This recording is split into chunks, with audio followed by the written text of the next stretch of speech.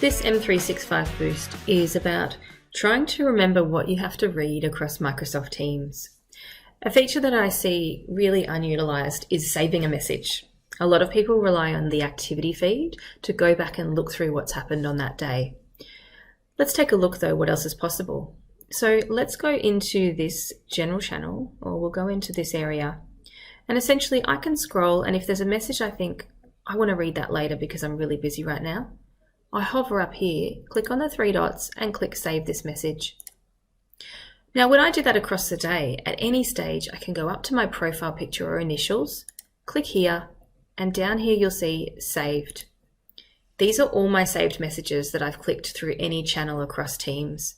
And you'll see here that I can click on them and go through and read and catch up on information that I didn't have time for earlier. Note here that the little icon of saved doesn't go away, so my priority list of saved messages always remains until I decide to click on that little image there or icon and remove it from my list. So saved messages is a great way to keep track of things you want to read later, create a little priority list and go through them when you have time to keep across information.